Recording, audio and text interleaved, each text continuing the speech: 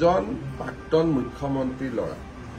তিনিটা কথা কৈ দিলে হয় যে পাকিস্তানত মই গৈছিলো নে নাই সেইটোকে অকাই পকাই কিয় থাকে পাকিস্তানত যোৱা নিজৰ কথা সুধিলে তেওঁ পেহেলগামৰ কথা কয় সব মানুহবিলাকতো বুৰ্বক নহয় যোনে টিভি চাইটো বুজিয়ে পায় যে ই সিধা কথা ক'ব খোজা নাই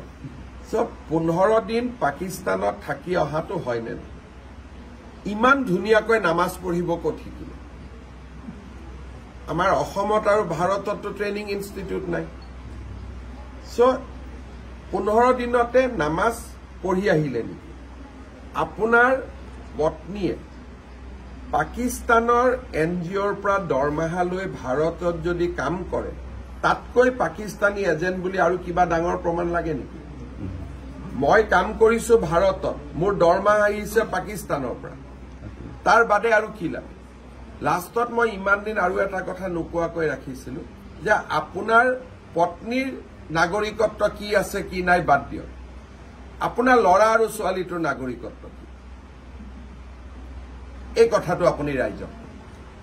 ধৰ্ম কি মই পিছত সুধিম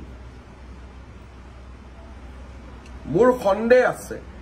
আৰু দুদিন পিছত মই কমো যে দুয়োগৰাকী ল'ৰা আৰু ছোৱালী ভাৰতীয় নাগৰিক নহয়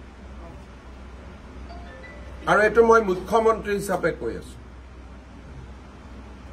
প্ৰথমেতো পৰিবাৰ ভাৰতীয় নহয় বুলি কলো এতিয়া তেওঁৰ ল'ৰা আৰু ছোৱালীও মই ভাৰতীয় নাগৰিক নহয় বুলি কৈছো যদি তৰুণ গগৈ নাতিনিয়েক ভাৰতীয় নহয় অসমীয়া নহয় তাতকৈ দুখ আৰু লাজৰ কথা কি থাকিব পাৰে